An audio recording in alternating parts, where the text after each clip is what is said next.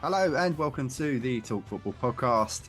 It is season 4, episode 2. Now, I said that we would be doing, I would be doing one episode a month, but hey, you're getting 2 in 2 days because I am joined by a regular member of the team joining us here on the pod, Mr. Andy Reid. Good morning, Mr. Reid. Good morning, Mr. Hodgie.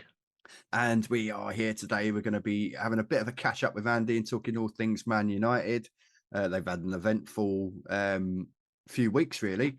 They've been probably one of the busier clubs in the transfer market. So we're going to cover that, and then Andy's general feelings about how he thinks the season might go. So yeah, it has been an eventful couple of weeks, haven't it? I mean, you've had obviously yesterday a Højlund signing. Absolutely. Now it's like they've done the same on the Varane thing. Didn't announce it until the friendly against Lens, which was, I can't fault it. That's the best way to do it. Absolutely the best way to do it. So we'll start with your transfers, and of course, if I can, I mean, yesterday I did film this with Paul, and the intention was that the YouTube version would actually be this video that we're like kind of doing now, but for some reason the technology glitched and the file was corrupted, so I could only put it out as audio. But hopefully today I'll get it right, and this is because I think everyone wants to see Mr. Reid's shirt that he's wearing. Pains me to see it, but yeah, what's on the back, Mr. Reid? Well, I've got to put my phone somewhere. Oh, try not to spill my drink as well while I'm doing it. And put his phone somewhere. Mr. Reid is going to stand up and give us a little twirl here. I'm trying to hold my phone up. That's the only thing, because it's on charge. Bear with, viewers. I know you want to see the amazing, but it is. Oh dear! It's got a 7. It's Mason Mount, number 7. Which is very surprising for a number 7. Do you know what? I mean, just before we talk about the actual the transfer itself and the amount of money it costs and whatnot. I mean, obviously, there's a bit of history that goes with that shirt. Yeah, of course there is. And I'm quite surprised that he's taken that sort of like that burden of the number on. And given obviously his open goal miss yesterday. Great start already, but it's a friendly. We'll let him off. We'll start off with Mount because he was probably the first big one of the summer. Obviously, I think it's good business all round, really, because he only had a year left on his contract. Clearly, he indicated that what we were offering him wasn't good enough, and he wasn't going to sign. I'm not so sure that he maybe was going to sign anyway. But we'll save that for a upcoming Chelsea podcast. I'll get my feelings out on that. But I think it's good business all round. You're getting a very, very good player, in my opinion. I hold no grudges against him for the transfer. So I think the total package will work out around about 65 odd million, which is like 55 million up front, rest in add-ons. And so I think that's good business for us, for a player that only had a year left on a contract. And you're getting a very good player. And obviously still stupidly young as well. And none of our midfielders are getting any younger. Bruno's not getting younger. Casemiro's in his 30s. Eriksen's in his 30s. So to bring someone experienced in the Prem. Initially, I sort of struggled to see kind of where he would fit, because like obviously in England he's kind of done like a mix between bit of midfield, but then kind of playing as part of a forward line, front three-ish kind of thing. And I kind of sort of struggled. But yesterday, he started him alongside Casemiro, which was. That's to say, I'm not actually. I'm trying to get highlights of the Lens game. I'm only seeing bits on like the TikTok and the Man United page, but because you got to subscribe to MUTV, you got to. Well, actually, watch it. They actually got extended highlights. If you go on the beIN, I think that's how you pronounce it, the beIN Sports French YouTube. They've got the full highlights of the game on there because, of course, everyone was going crazy about Onana being done from near the halfway line. It's not the first keeper, and it won't be the last. No. Yeah, so I think overall, Mount's a good signing for you. Absolutely. So. Like, I was a bit surprised first when Chelsea were going to let him go, but he's made it clear that Chelsea didn't want him. Well, I think this is the thing. As a Chelsea fan, I don't think that. This is the whole thing with Chelsea fans that down a year since Mount sort of broke into the team of like, oh, he's not good enough. He was just Frank's, love Frank's child. little baby, wasn't he? Yeah. I always rated him personally. I think he brings energy to the team, or any team he plays in, and I really actually do hope he does well at United, because I think England need a good fit and fire. I've said this before on that little Chelsea podcast today. England need a good fit and fire in Mason Mount for me. I think he brings 100%. I think he brings a lot to the team. Maybe not always starting, but certainly energy to the squad. So, 100%. Even the last couple of games in the Euros against, for instance, the France game. Yeah. Mount changed the whole game. Now, hopefully he carries on doing that for United the whole way through. We find out next week against Wolves with our first game. I mean, it must be quite intimidating, obviously, because he's only ever known Chelsea. And yeah, I know we are a big club. I know some people would disagree with that, but bought our history. This, that, you are. But we are a big club, right? Yeah. So, but United is a big club. You know what I mean? And what I'm saying Massive. is, I'm talking about, that's the history of the shirt, and the players that have come before that. You going all the way back to, you go all the way back to the Busby Babes and everything else, and class of '92, Ronaldo, Rooney. People that have come and played in that shirt, and it's it's a massive stadium. It must be a fairly intimidating place to step out. I think that's probably seen that actually, because I've seen a bit of nervousness in his performances in these pre-season games. So, well, that's it. He's come completely new club to him. Obviously, like you say, he's been at Chelsea since the age of 9. Yeah, he's only played for one club. Now he's come to Man United. He's got big expectations, especially with the history of the shirt, like the number he's playing for as well. Yeah, that's a big ask. Yeah, and not that many players. Obviously, before Ronaldo's second turn, how many players have fouled that number 7 shirt? So obviously that's got to be playing on his mind as well. I think so. Well, if you think he only had a year left on his contract, so can you imagine what the transfer fee would have been if it had been more than 1 year? I mean, maybe we'd have been talking up in that sort of. I know it's crazy because I don't think any players are worth that kind of money, but I think you probably would have been talking up around that sort of Declan Rice range. Yeah, that's right. But then he's another very good English midfielder. We are pretty blessed with him at the moment, I have to say. We are at the minute, and I'm not complaining with him joining United. No, he's going to be replacing Eriksen and Casemiro long term. I think Eriksen Eriksen long term is where I see probably maybe what Ten Hag is thinking. A player that can play between those lines, transitioning between, doing that defensive work, but equally having the ability to turn a game quickly and transition into straight up the top there. Yeah, helping Rashi, obviously now Højlund and Garnacho. Do you know what? I mean, you've got some forward options now. I mean, let's talk about Højlund for a start. I mean, a raw talent. Obviously, he's from a similar kind of region. He's big Viking stature, big tall. That's it. Maybe people are thinking in the mold of a Haaland. Hasn't got anywhere near the goal record of Haaland yet. But I think this is a potential buy. You're buying now a player that maybe, if he'd carried on the way he was going and doing well with Atalanta, and perhaps if he'd have gone maybe off instead of at United, perhaps if he'd have gone off to a German club for 50, either German or Spain, I could have seen him going to, weren't it? Yeah, and then kicked on again. It's possibly a player that would have cost you in excess of 100 million, maybe in another year or two. Yeah, if he maintained those kind of levels. I think obviously he's a bit rough around the edges, but big, strong. I think he's that. I mean, people have spoken, particularly like the likes of Neville and a few other United legends. They've spoken about having that United kind of lacked that typical number 9. Yeah, what we needed is another Zlatan. Big guy up front. Yeah. The big guy up front who's not afraid to go for defenders. Brings everyone into play. Holds that ball. Yeah. A bit like what he did kind of with Weghorst, but the quality levels, obviously. Yeah, I'm hopeful. Obviously, Højlund's going to score more goals than Weghorst. Yeah. I like Weghorst, but he's not a United player. No, I think in terms of actually being an all-round player, obviously Højlund, he'll be better on the ball and stuff like that. Not to mention, obviously quicker. Yeah, not to mention the bloke is only 20.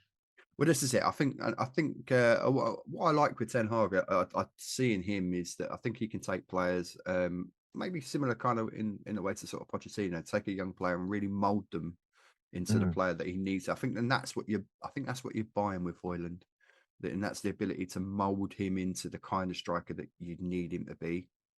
Well, that's it. It's going to ease pressure off Rashford now, I think, because Rashford, obviously, the whole of last season, he was the main man. He was the only striker we had. Martial was the point, but Rashford was the only one there who was scoring the goals.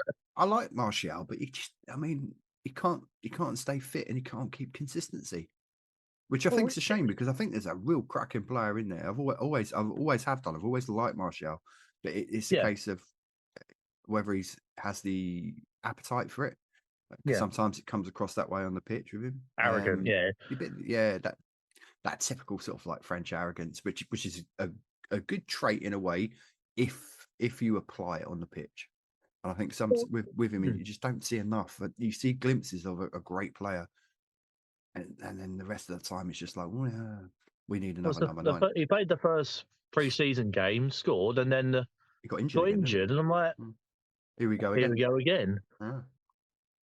It's just a shame because like when he first came and he scored the goal against Swansea and Liverpool and all that, he just Liverpool like, Liverpool in his debut. Yeah. I mean, he just he took out Jamie Carragher and all that. Yeah.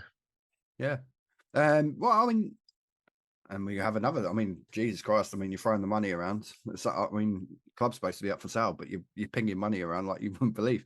And of course, you've addressed the goalkeeper situation. So, although he did get beaten from the halfway line, that is something that you get with Onana, because I've watched a lot of Dutch football when he was at Ajax. I've watched a lot of Italian football when he was at Inter, and he does take risks. He does he plays that old fashioned sort of sweeper keeper role, but he's with his feet. I think 40 odd million up front. I think there's a fair whack in add-ons in behind that as well. But I think you're getting a great keeper. 100% would have taken him at Chelsea.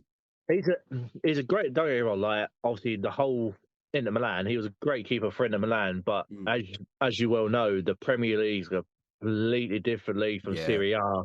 And I can't say the Dutch league, but you know what I mean. Eredivisie, yeah, that one. But you can't compare. Right, it's my worker ringing. That's why. That's all right, mate. That's all right. Technology, eh? Yeah, because I'm supervisor on call today. So literally, the Onana, I'm hoping it as well. But then now he's coming up against all the big clubs. You got, for instance, Haaland, Jesus, and all I that. think what it is that I think he'll have to be a little bit aware in terms of like, because the defenders in front of him are still capable of a mistake, as we saw with that goal. Dalot gives the ball away, silly pass, and then he gives the ball away, etc. Blah blah blah blah. He gets stuff on the other. I think he'll learn from that. I think he'll learn that that there is a different kind of pace to the Premier League, if you like. Definitely. Like everyone says, if you can manage it in the Premier League, you can do it in any other league. Yeah, I think so. But all my drivers are now turned up. Oh, that's all right. Andy hasn't got to go in and drive a bus. No, not today. No, so obviously, and Andy's the same as me. So he's a bus driver, same as me. But he's also the supervisor. So he wears the big man shoes. And so like you said, he's on call today. So just in case we get any interruptions, that's Andy's work calling him. And just answering the phone. I've got a problem with the bus or something. And drivers. Yeah, I'll fill in the dead air, and you can listen to me rattle on about United players for a few seconds extra. But yeah, so that's your main transfers. Obviously, you've taken Jonny Evans on a short-term contract, which I think, given potential injuries that we've seen in like with Varane, and I think that's a smart move because I think he's still a good player. All right, I do like him. I've always liked Jonny Evans. Yeah. I think he'd be a bit of a leader. Another one. Yeah, he's another one who's going to cope. For instance, the game against we got battered by Wrexham, but he's that experienced guy who teach the youngsters. Yeah, because Jonny Evans was class at Leicester. It didn't really work out the first time he was at United because obviously he was behind Vidic and Birdie. I think it's just a sensible thing, like a bit of experience around the squad, a familiar face, someone who knows the club. There's no pressure on it. He's not likely to start many games. But it'll just be like the cup games here and there. He's there and around about the club. And obviously, if it was a short-term deal, I think they're looking at offering him a 1-year deal now. Yeah. Which, again, I think for him, it's great for him to be back at obviously a club that he came through the academy with, etc. So that's your ins. You've got a couple of players that have returned on loan, but I don't expect that they'll be around the club much longer, which is obviously Eric Bailly. Yeah, I reckon he'll go. Dean Henderson. Yeah, Kovar. Kovar's another young keeper. He'll probably go back out on loan. Yeah. There's talk of another guy obviously coming in. That's Amrabat from Fiorentina. So obviously I know him quite well because obviously I'm a bit of a Juve fan, hence the shirt behind me. And obviously I've watched a lot of Italian football. I've watched a lot of pardon me, coffee repeating on me. I've watched a lot of Fiorentina as well. So yeah, he's a very, very good player. I think initially when he was a bit younger, he was kind of thought of himself more of maybe of a winger, more of an attacking midfield. Morocco started playing him deeper in the midfield, and particularly during the World Cup, he really shone in that role, in that number 6 role. I think if you get him, that's a great signing because I think him and Casemiro as the pivot, as the two, I mean that works well because he's got the legs as well. Yeah, so imagine him and Casemiro, obviously the defensive mids, and then obviously you got Bruno, Mount, Rashford supporting Højlund. It's great. Antony, he's trying to build 2 in every position, isn't he? Yeah, he's going to be, as you say, Amrabat and Cassie. Yeah, and you need that. You need depth. Yeah, I mean, especially how many games we played last season.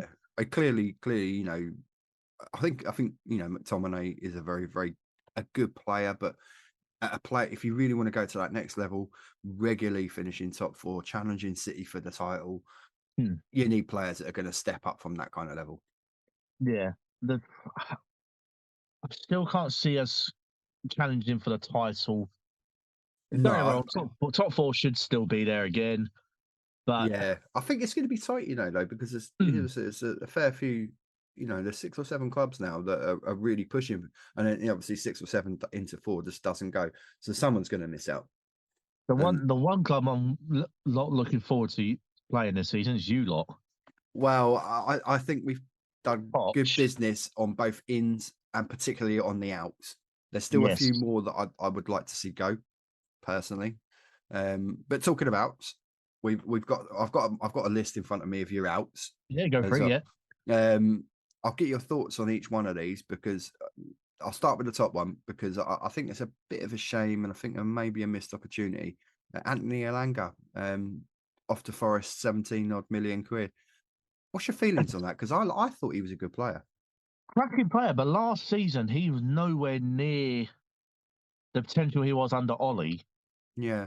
Obviously, Ollie broke him into the first team and then started playing him. 21, 22? He's still very young, but then for instance, you got to look at the players who are now, for instance, brought Højlund in, so now Rashford's going to be back in on the left, the Elanga position. Yeah. Antony's on the right. Sancho's playing out of his skin again. Yeah, still got Sancho. Yeah, so how many games is Elanga really going to play? I suppose, and of course, everyone, don't matter how big you are, you've all got to comply with FFP. Absolutely. So I suppose you do have to generate some sort of sales and get wages off the budget. So 17, maybe we'll get a bit more though. Yeah, do you know what? In today's current market, the way things go, I don't know. I mean, I don't know how long he had left on his contract. Maybe he was down to like a final year or something. So maybe Forest just got in there at the right time. Yeah, but yeah, so that was your big one. Elanga. Yeah, I thought he was an exciting player. I've always felt that when he came on, that even though on occasions, a bit like sort of like an Alan St. Maximin, could be a bit of a headless chicken. But then, if he didn't know what he was doing, sure as hell the defenders didn't know what he was going to do. Yeah, exactly. So, I thought that was a bit of a missed opportunity. Maybe a loan instead of a permanent, just to send him away, get him some football, and then potentially you're getting a very good player coming back that's had a great season out on 25, 30 games, season under his belt. So, but yeah, it is what it is. I can see why we sold him, because you say you got all the other players around him, like the Garnachos, the Antonys, Sancho, Rashis. How many games is Elanga really going to play? And Garnacho is going to be over Elanga all the time. But having said that, you're in 4 competitions, so you've got the 2 domestic cups, the league, you've got Champions League. So I think there would have been opportunities, particularly obviously Carabao Cup, FA Cup, to rest players and play these. But it is what it is. He's gone now, so obviously you still got an abundance of attacking wealth. Another one, probably no surprise, Telles, off to Al Nassr, 7 million. Never really worked out for Telles. It didn't really work out, but everyone like me and you, we all play FIFA, so we've known about some of these players and how good they have been for a number of years, basically because of playing computer games. But Telles, I thought was a strange one. Yeah, the Alex Telles leaving, like when he brought in what's his name, Tyrell Malacia. Yeah, Malacia. When he brought in Malacia, I'm like, we've got 2 left backs already with Shaw and Alex Telles. Alex Telles, he was like another Romero. Sent him out on loan. I can't remember where he went on loan. Sevilla, weren't it? He won the Europa League. Yeah, you're right. Yeah. And then the whole amazing. He's another one and win a trophy. Yeah, here's another one there who's you could always rely on him. Like it was another Sergio Romero when we had him as a keeper. So when Shaw played so many games, he was a bit knackered. Alex says, give me a couple of games. He didn't make many mistakes. Alex Telles, he scored a couple of cracking goals. Again, I mean, maybe it's an age thing. Maybe you want, maybe Ten Hag wants to get the average age of the squad, back down around that sort of 25 mark. Yeah, he's also probably thinking, well, Shaw, Malacia, how many games am I going to play against? Another Elanga situation. Well, yeah, and 7 million, I suppose it's a fair amount. 7 million, and also he's gone to Saudi, and now he's getting a lot of money. Yeah, well, do you know what? I'm planning, as I mentioned with Paul yesterday, I'm planning to do a bit of a podcast. So I'm doing my research on the Saudi clubs, the PIF, and all that. So once I've completed that research and I know everything I need to know, that'll be an interesting go where we all have a banter on it. Yeah, so I want to do one where obviously we discuss it as a group, and I'm also going to do one where I just do like a fact find pod where I give everyone the information about, like doing one on my own, where I say, right, this is what the Saudi League's all about. These are the powerhouses. Obviously, the PIF bought 4 of the clubs. I don't understand how that can work, where you own 4 clubs in one league, but that's their rules. As I said yesterday with Paul, that's their rules. That's what they want to do. But yeah, all right. So we got another young player. I never really saw much of him. I see him every now and then in a couple of like Carabao Cup games, which is Zidane Iqbal. So you've sold him to Utrecht for £1 million. I don't really know that much about him, to be honest. So I mean, that's all on you. There was a lot of like potential with him. Yeah. So I said we should have sold him. Do you think again, like you've mentioned with Elanga, do you think it kind of falls into that? You've got a lot of players in those areas, and it's just But he's still in his teens. He's still a kid. Yeah, I'm older than him. I mean, £1 million in today's market does seem awfully cheap. Yeah, it's like a pound. It's like yeah. A couple of games he has played, and the pre-season games and the under-21s. When I saw him in like Carabao Cup games and all that, I thought he was a good young attacking sort of midfielder. He was never afraid to stick a foot in as well.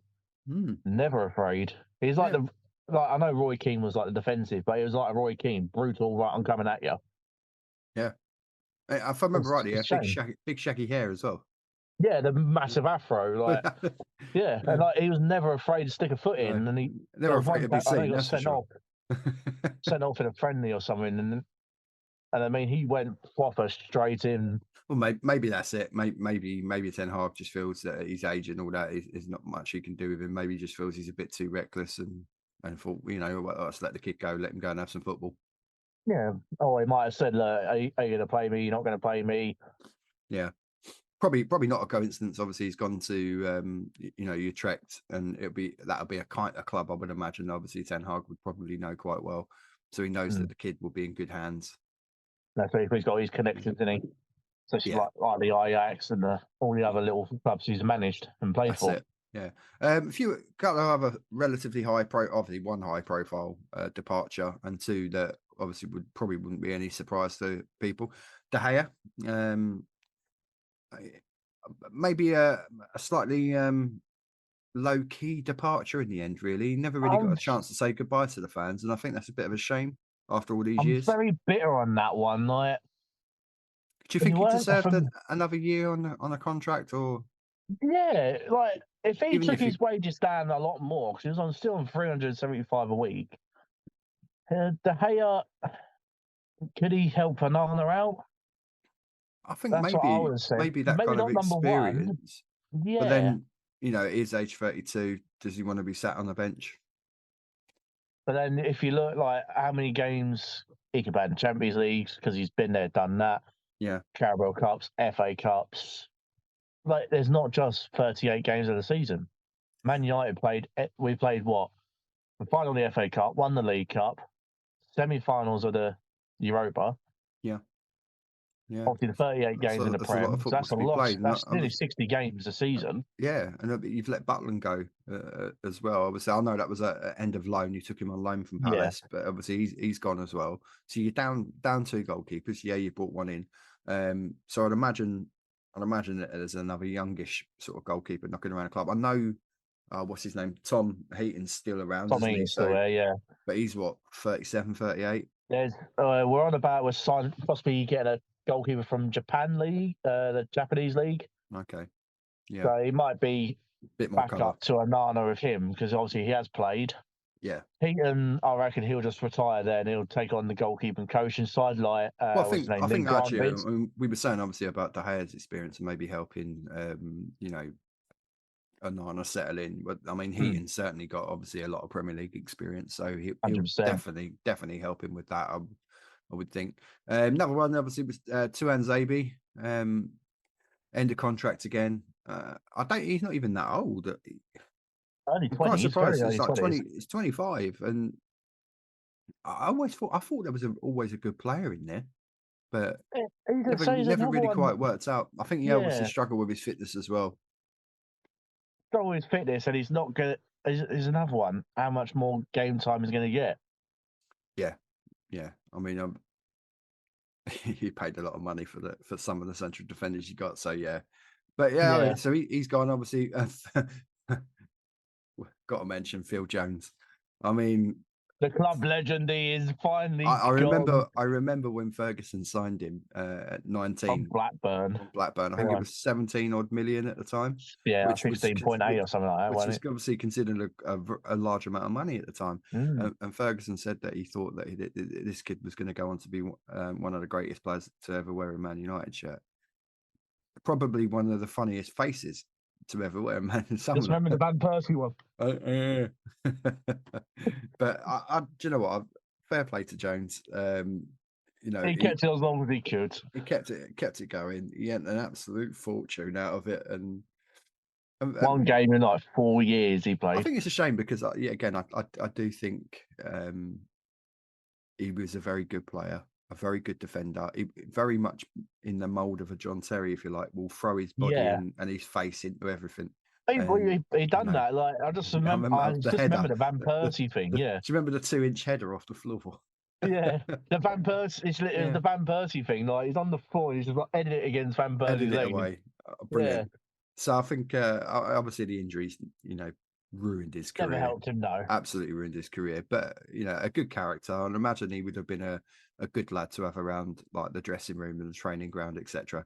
So yeah. So I mean, you've had a fair few outs, fair few ins, a few notable, obviously, end of loans in Sabitzer. I'm a little bit surprised.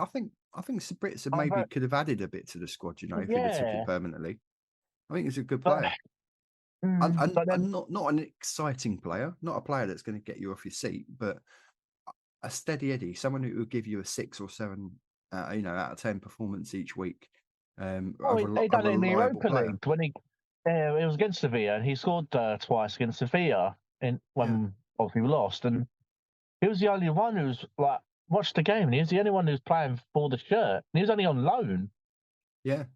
I thought I've always liked Sabitzer. Yet again, watching him in various leagues where he's played around Europe, etc.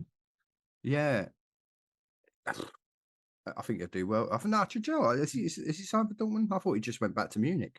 Or is that done deal now? He has signed for Dortmund there. Oh no! Well, that's a great move for him. I mean, 29, going to Dortmund. Left Munich, got half a season under United, and then now he's at Dortmund. He'd be first choice, I would imagine, in the Dortmund midfield alongside Emre Can. I think that'd be a good one for him. Do you know what? I haven't actually looked outside, but it has brightened up down here. It's not up here. You're getting the tail end of the weather we had yesterday now. Yeah. But yeah, so that's all your transfers. So the last sort of things we'll touch on will be sort of like how you see your season going, your hopes for it. Like we said at the start, there's a lot of competition. 100% now. We've obviously Arsenal going to be so open. Yeah, City have obviously strengthened, defensively, bringing in Gvardiol. They brought in obviously Kovacic from us, which I still find that's a bit of a strange one. I'm not quite sure. Very strange. It's like the Manchester United one, very strange as well. I just don't see that his sort of style and the way he plays. You got to think Gundogan's gone, isn't he? So he's sort of replacing Gundogan, isn't he? But I just don't see him as a Pep type player. Could be proven wrong. It could be an absolute masterstroke, but 30 odd million for a 29-year-old, not long left on his contract. Again, I think relatively good business for us, but we've got a real bad habit at the moment, Chelsea, that we seem to be strengthening everyone around us. So we need to stop that and start send them all to the Saudi league and stop strengthening stop strengthening everyone else. It's going to be a cracking. I'm hoping it's going to be a cracking season. You think City, Arsenal, United, Liverpool, Arsenal, Newcastle, Chelsea. Yeah, Arsenal have strengthened. They brought in. I don't want to say Spurs, but we don't know what this new bloke's going to be like. They're struggling. They're struggling, and obviously, if you get a chance to listen back to the pod with Paul that we did yesterday, they're massively short on centre half. Although they brought the young lad in yesterday from Blackburn, who's a very good, promising young player. So that was a done deal. They're looking. They've got another centre half, Van der Ven, that they could be. I think there's around about 40 odd million that they could be bringing in within the next few days. Obviously, the big one for them is whether or not Kane. Kane stays. Yeah. I reckon. He should come. I don't think he will. Well, he won't now. Not with Højlund, but I think it's Munich or nothing. But if he stays at Spurs and Højlund maybe doesn't work out, a Harry Kane partnership. I'd like to see that. A Harry Kane in 12 months' time on a free. That's everyone's going to be after him. Then. Everyone's going to be licking their lips on that. Newcastle, Newcastle have strengthened. They finished obviously top 4. This current season just gone. They've strengthened a bit. They brought in Livramento. Great business for Chelsea, by the way, because we got 15 million in that. Yeah, you add-ons, wasn't it? Well, we had we sold him to Southampton for nearly 5 million, and we had a 40% sell-on clause. Now that's something we learned, obviously, because in the past we got burned. Salah, KDB, Lukaku, etc. So we got burned on big transfers. So what they've done, and I have to say, Marina, she was brilliant with our transfers under Roman and all that, and she started then inserting these clauses, particularly with the young players, that we'll let you go. You can go and play your football. We'll sell you nominal fees. You can go to your Southamptons, go to wherever. But one, we'll have a buyback clause, and two, we'll have a sell on of a proportion on sale, which is clever. A lot. Clever, and obviously that's paid dividend. But yet again, I think he's a very good young player. He'll push Trippier really hard for a starting berth for Newcastle. But 100%. yet again, I think Newcastle go very, very. I mean, they've signed Barnes from Leicester. I think that's a cracking signing. So yet again, Eddie Howe and the PIF that own Newcastle, very, very clever with the way they're not going out and going these really daft marquee signings. Tonali. That's it, like Newcastle, they could buy any bad person they want right now. To a degree, but they still, yet again, obviously, still got to comply FFP. Hence why they've had to sell St. Maximin to enable them, because obviously he was on good wages, and then the transfer fee to enable them to bring in these other players. Yeah. So they're a threat to top four. A club that I've spoken. Well, yeah, I mean, we just don't know how it's going to go. We're unbeaten in. You can't really take too much interest in what happened in the preseason, but we are unbeaten in our preseason, and that's playing some notable teams. Particularly the game against Fulham. I thought, bearing in mind what happened when we played Fulham in the Premier League during the season, which was a shock. Oh, what happened there, Hodgie? Listen, I've got a lot of friends who support Fulham, and of course, Southwest 6 is black and white, so I hold my hands up. But we had a shocking season.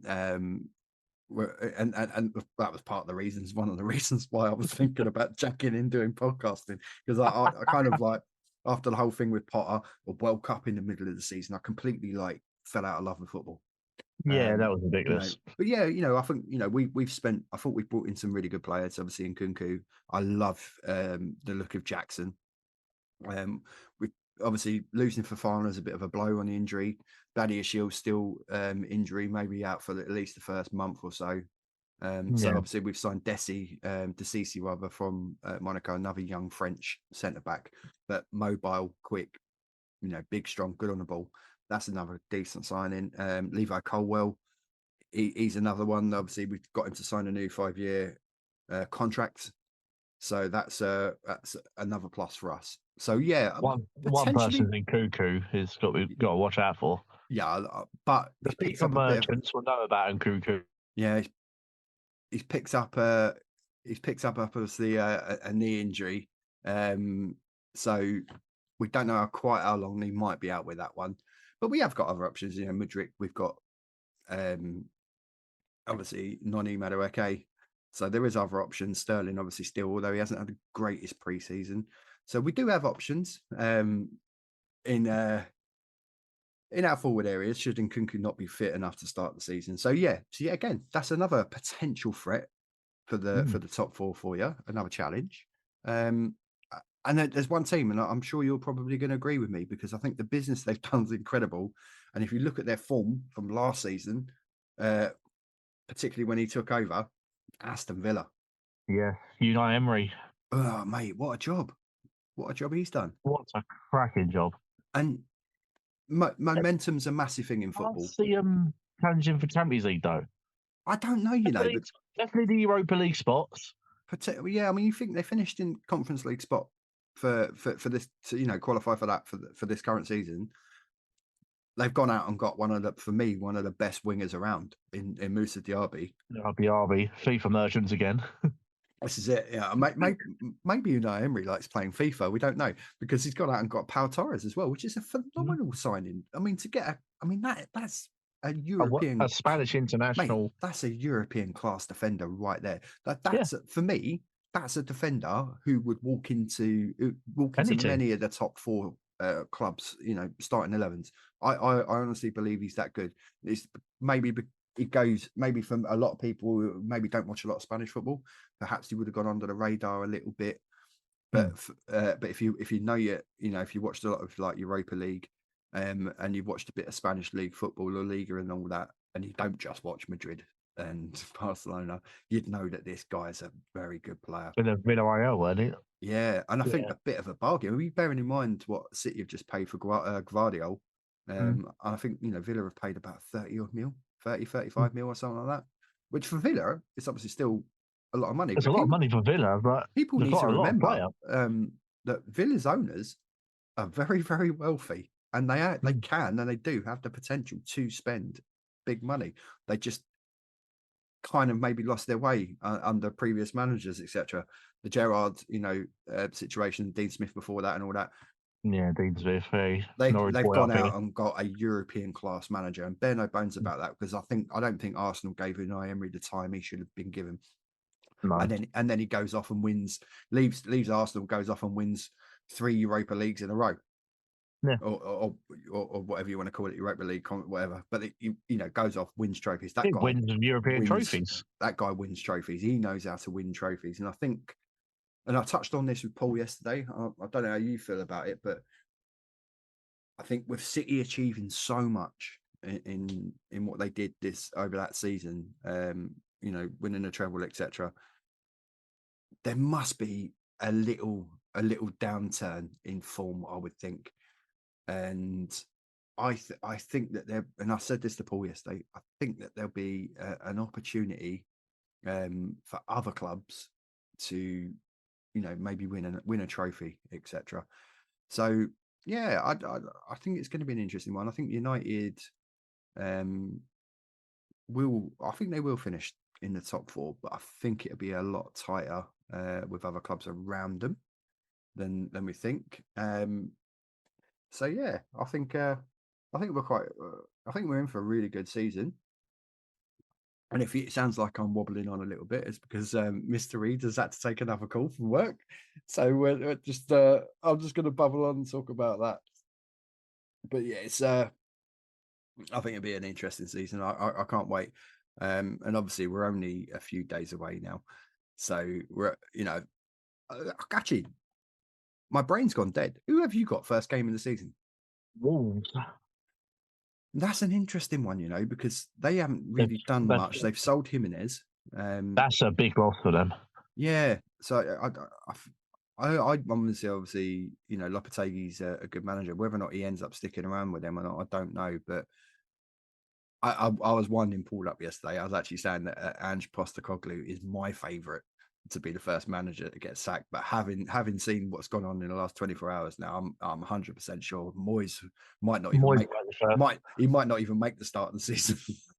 Well, he's having a barney with the owners because they got 105 million for rights. Well, apparently he's fallen out with the sporting director, who's the one who obviously goes out and identifies transfer targets or gets the transfer targets off of Moyes and tries to go and get and they're at odds. Moisey wants established Premier League players, people like James Ward-Prowse, Scott McTominay, Harry Maguire, and this sporting director's like, well, actually, we should be focusing on young players who've got the potential to come into the team and do something, and then maybe further down the line we sell another Declan Rice.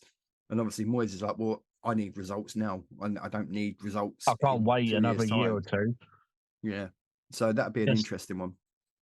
It's I'm getting attacked by this little fly again.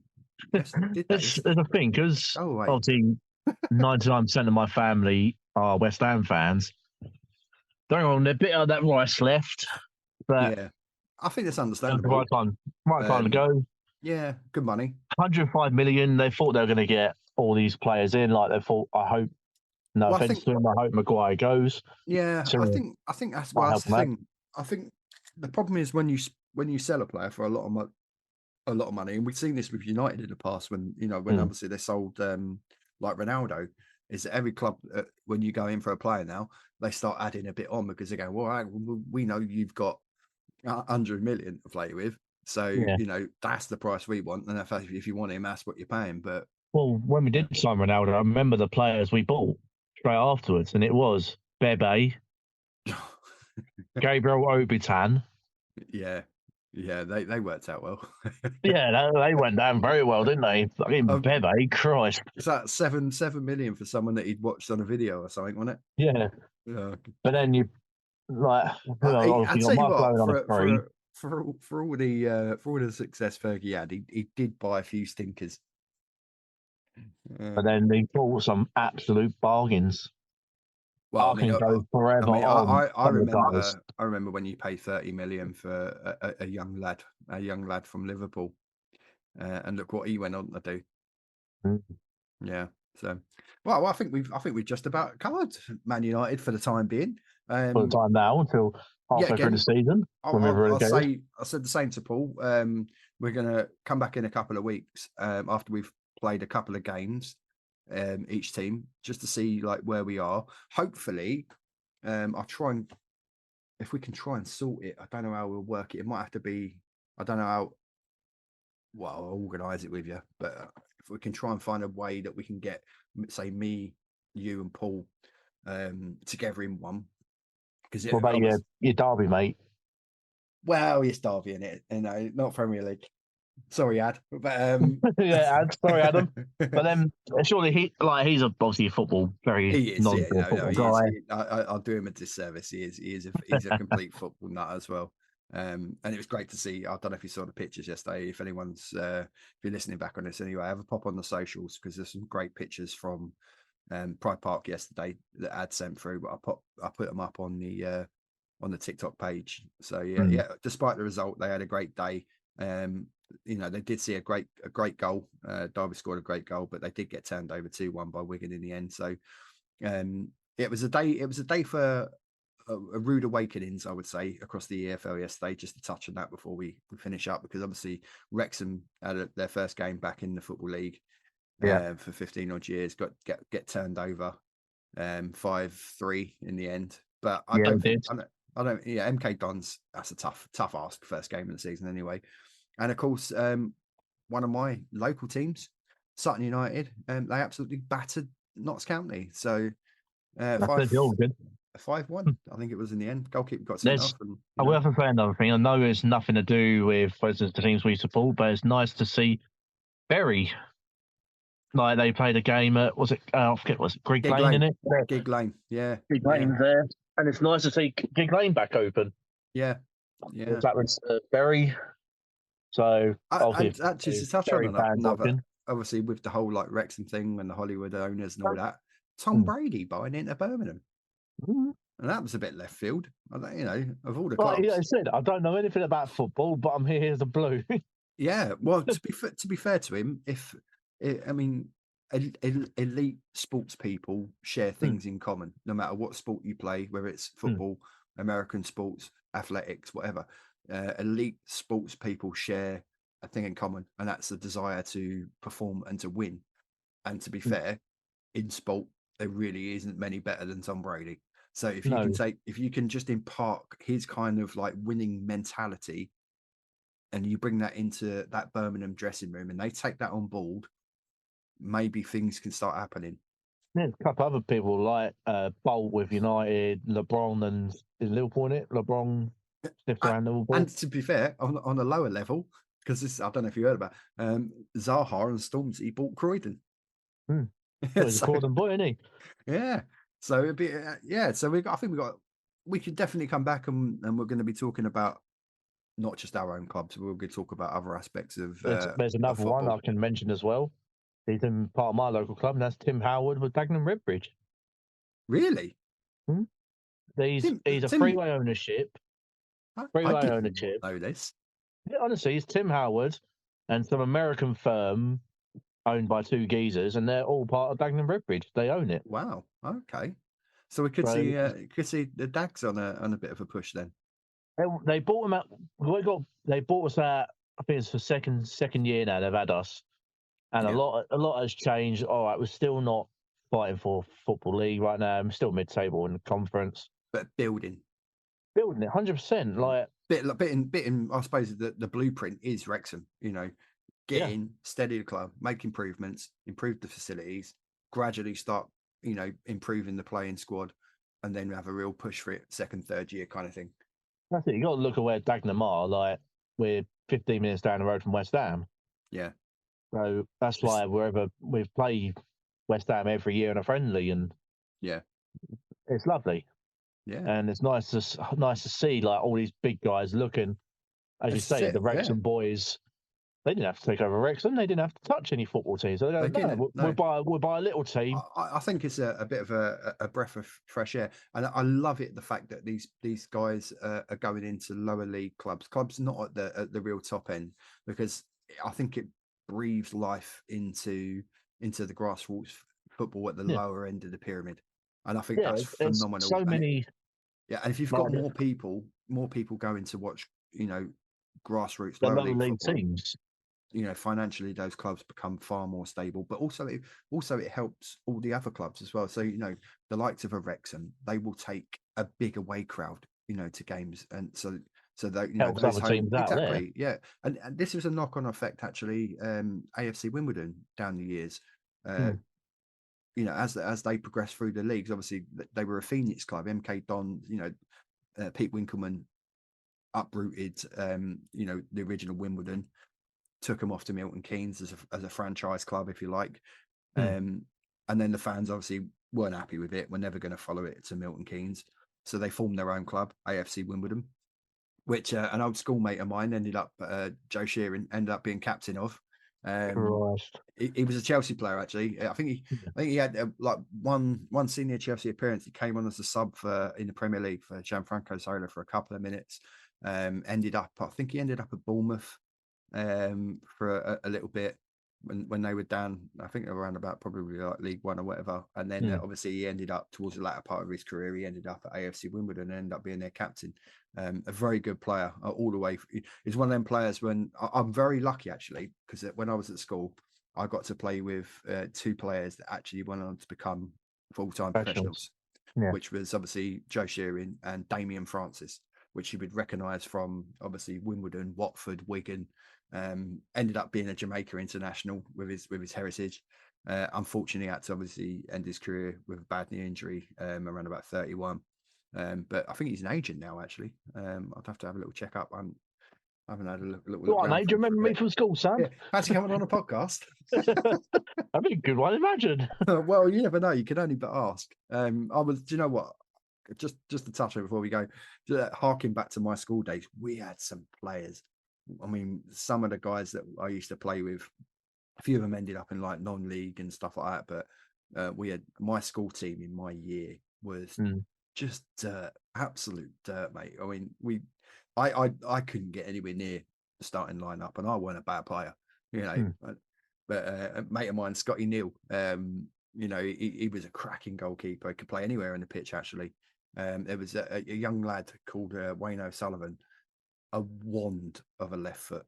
Another guy, talented all-round player, carrying the ball. Ed Davies, I think he ended up playing a bit. I think maybe at Carshalton. I'd have to check that, but some cracking players. I was very, very fortunate. But of course, that's where my love of football started.